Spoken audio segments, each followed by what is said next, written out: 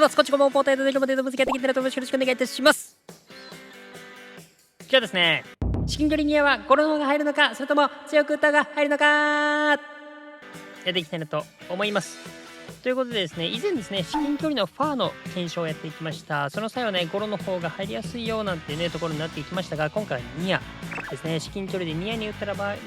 らどうなるのか、これをやっていきたいなと思います。まずはですね、検証方法ですね。検証方法は以前のものと同じような形になっていきます。ゴールキックをカットしてドリブルをして、そのまままっすぐドリブルをしてシュートと、ニアに向かってシュートという形になっていきます。ペナルティアークのね、このところを通ってまっすぐ行ったところから芝生を越えたあたりでシュートを打っていくような、そんなイメージになっていきます。ここでね、ニアに打っていって、ゴロ、もしくは強めの浮き球ですかね。で、打っていった時にどう変わっていくのか、これを見ていきたいなと思います。ゴールキーパーは前回と同じですね、ブッフォンを使っていきたいなと思います。コラプシング99になってますよというところですね。キッカーに関してはスアレスを使っていきますよというところで、キック力94、決定力95だったかな。そんな形になっているかなと思いますけども、かなりね、能力が高い状態になってますから、この状態でどう変わっていくのか見ていきたいなと思います。どうですかね、皆さんのイメージ的にはどうですか？なんとなくですけどね、なんか強めに打った方がいいのかななんて思ったりもしますけども、実際どうなんでしょうということで見ていきましょう。はい、まずはですね、強めのところから見ていきましょう。やっぱブッフォンが結構ファインセーブ気味なのがやっぱ多いかなとは思いますよね。でもどうだろうね、これ、パワーがあるからね、余計こう、派手な弾き方になってるかなと思います。前回のファーの検証でもね、力強く打った方がファインセーブ気味にはなってたんでね、今回もそんな感じかなとは思います。はい、ということでそのまま今度ジャックを見ていきましょう。今度はジャックですね。ジャックの方がどうだろうね、あんま入らない印象はありますけど、でもこうやって見てると割と入ってるっちゃ入ってるな。で、キーパーも弾けてるときと弾けてないときと、それぞれありそうな感じはしますかね。ただ、弾きに関してはやっぱ派手ではないですよね。でもそのままコーナーにポイって出してるっていうような印象がありますよというところですかね。はい、というところで見ていただきました。どうでしたかね。イメージはどうだろうなって感じはしますが、豪快なのはね、強めなんですけど、思ったよりなんかそんな差がなさそうな雰囲気もありましたね。ということで、ちょっと結果を見ていきましょう。こうなりました。ドン。はい、というところでですね、上が強めですね、バーゲージ強く打ったところ、こっちはですね、弱弱く打った時なんですけども、そうですね、決定率とかで話をしていくと強めの方が高くなったという形になりました。ただ 6% なんで、どっちかといったら強い方が良さそうな感じではありますが、意外に弱でも、止めてたかなみたいなね、思ったより前回ほどの差がつかなかったというところですね。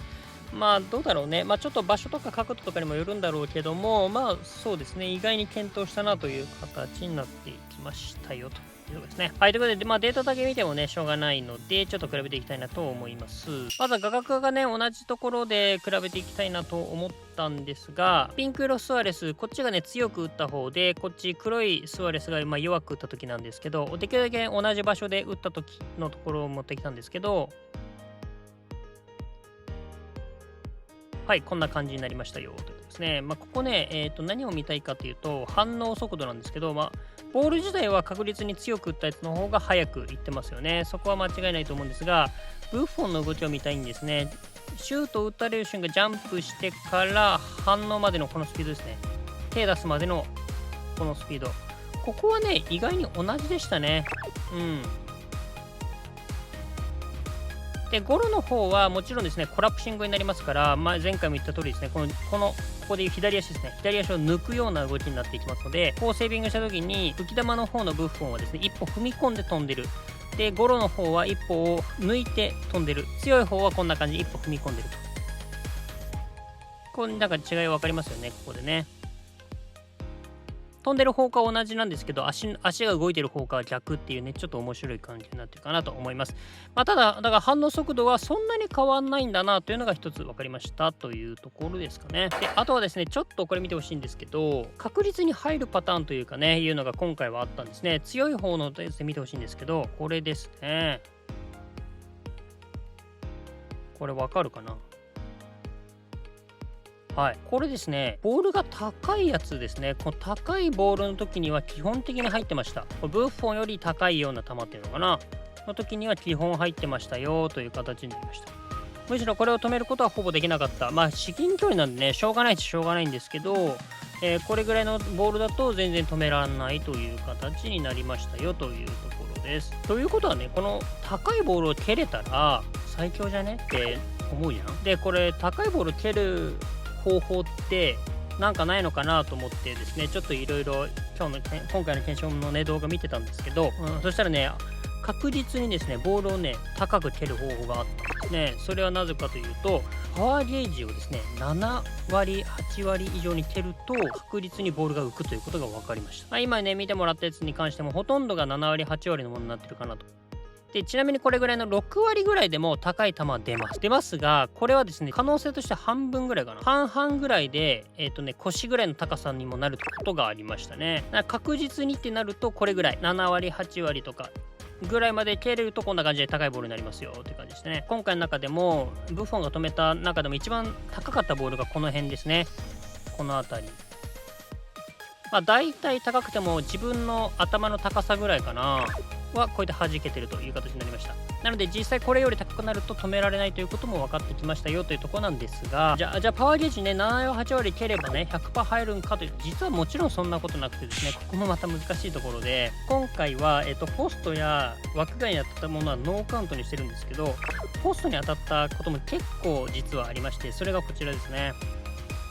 こんな感じで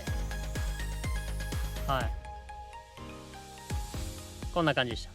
でポストに当たっちゃうのって実はパワーゲージがですね、ほら見てください、ほぼ7割8割とかの今回言ったやつの時なんですね。この時はポストに当たる確率が出てくる。これだいたい半分ぐらいでした。これもね 50% ぐらいの確率でポストに当たっているという形になりましたね。なので6割程度で蹴ってしまうと半分ぐらいの確率で高いボールじゃない可能性が出てくるので、キーパーの止められる可能性が出てくると。で7割8割とかにすると、確実に高いボールを蹴れるのでキーパーは触れないけども、今度はポストに当たってしまうという確率が出てくるっていうね形になってくるので、そこはまた難しいっすね。そうなってくるとしかも半分の確率でポストってちょっとでっかいですからね、難しいところですね。だからどうだろうね、実戦とかで言うと6割ぐらいで抑えとくのが一番いいのかなとかも思ったりもしましたね。ということでニアのね違いが見えてきたんで、今日は一旦結論です。至近距離ニアはパワーゲージ6割ぐらいを目指しましょうとします。はい、ということでいろいろ見ていただきました。もちろんですね、その状況とかその場所によって違いは出てきますから、一概に全部が全部そういうとは言い切れないですが、今回の検証で言うと大体6割ぐらいに抑えておくのが一番ね、無難なところなのかなと思います。で最悪キーパーに止められてもコーナーキックってチャンスもありますからねというところですかね。でじゃあ実際ねニアと、前回言ったファーとこれどっちの方がいいんだって話なんですけど、確率だけで見ていくとやっぱりファーのゴロが一番良かったという形になりましたね。もちろんゴールキーパーとの距離とかあと角度だったりとかもするんですけど、今回とかの検証で言うとですね、この角度がこっち側っていうんですか、こう角度がなくなればなくなるほどゴロファーの方が入っていくような印象ですね。逆にこれがセンター方にこう近づけば近づくほどどっちでも蹴れるような感じになってきますから、むしろニアとかの方が確率高くなったりする場合もあるのかなと思いますね。なのでその辺はちょっと状況によって変わってきたりもするんですけどね。でもセカンドボール詰められるとかその辺を考えていくとやっぱりファーゴロが一番いいのかなと思います。ファーゴロでキャッチされることも特にこの距離であればないですから、そう考えるとファーゴロに蹴っといて弾かれたら詰められるし、仮にそのままコーナーキックになったとしてもチャンスだし、あとは入る確率が単純に高いっていう形になってくるので、そういった意味では基本的にはこの角度がねなくなってきてるところに関してはファーゴロが一番いいのかなとは思いましたね。もちろんですよ、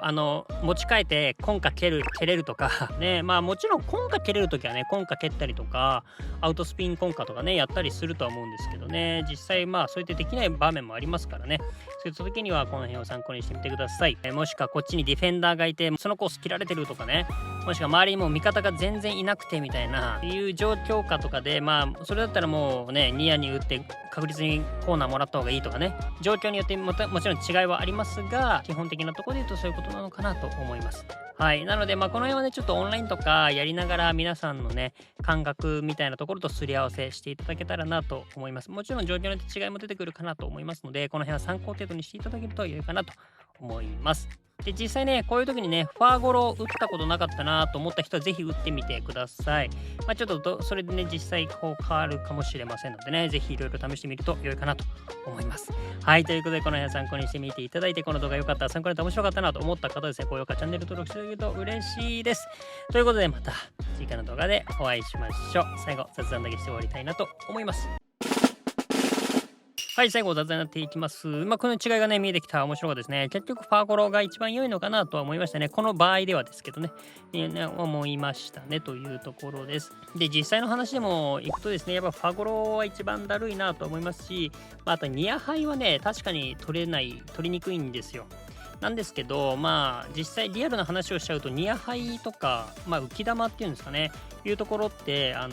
取りにくいんですけど、キッカー側の難易度も上がってくるので、なかなかこう、体勢が整ってないと蹴れなかったりとかするので、そういった意味でも、一番現実的なところで言うと、ファーゴロなのかなとは思ったりしますかね。あとはなんでニアゴロじゃないんだって話になってもくるんですけど、これはね、リアルな話でいくとなんですけど、基本的にゴールキーパーの立ち位置ってゴールの真ん中と、あとはボールを結んだ線の上上にこう立ったりするんですけど、この角度がなくなればなくなるほどって感じでもあるんですけど、こっちがこう寄ってくるとですね、キーパー基本的にこの真ん中の線よりちょっとだけニア側に立ったりします。で、その方がですね、ニアの方が難易度が相手からするとね、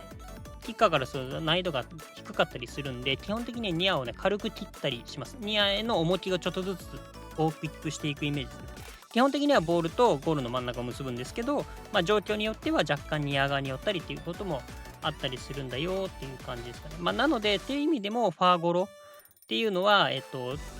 一番だるいところにはなってくるかなと。ファーのコースっていうのは、キーパーからしてもだるいですけど、キッカーからしてもちょっと難易度が高くなったりとかね、することが多いっていう形になっていくんですよね。なので、それはある程度、そういった意味でも、今回のね、検証とかも、一連のね、ところに関しては納得できる部分もあるなとは思ってたりはしましたね。はい、というところで、ちょっと雑談が過ぎちゃうんで、この辺で終わりたいなと思います。ということで、今日の動画はこれで終わりたいと思います。また次回の動画でお会いしましょう。バイバイ。